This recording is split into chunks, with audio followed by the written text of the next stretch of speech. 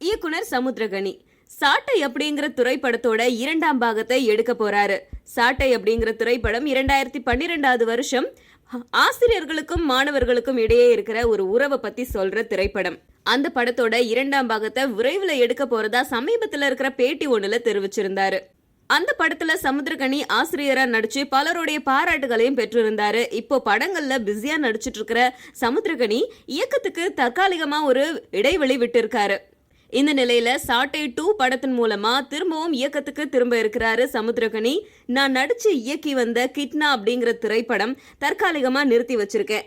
என் கூட நடிச்சு வந்த தன்ஷிகாவுக்கு இப்போ கபாலி திரைப்படத்துல நடிக்க வாய்ப்பு கிடைச்சிருக்கு. அவங்க என்கிட்ட கேட்டுக்கிட்டதுனால கிட்னா படத்தை இப்போதைக்கு தள்ளி வச்சிருக்கேன் அப்படின்னு சொல்லியிருந்தாரு. அது மட்டும் இல்லாம மேலும் சாட்டை படத்தோட 2ஆம் பாகத்தை விரைவில் இயக்க போறேன். முதல் பாகத்துல ஆசிரியர் மாணவர் இடையேயான உறவை சொன்னது மாதிரி இந்த பாகத்துல தந்தை மகன் இடையேயான உறவை சொல்ல போறேன்.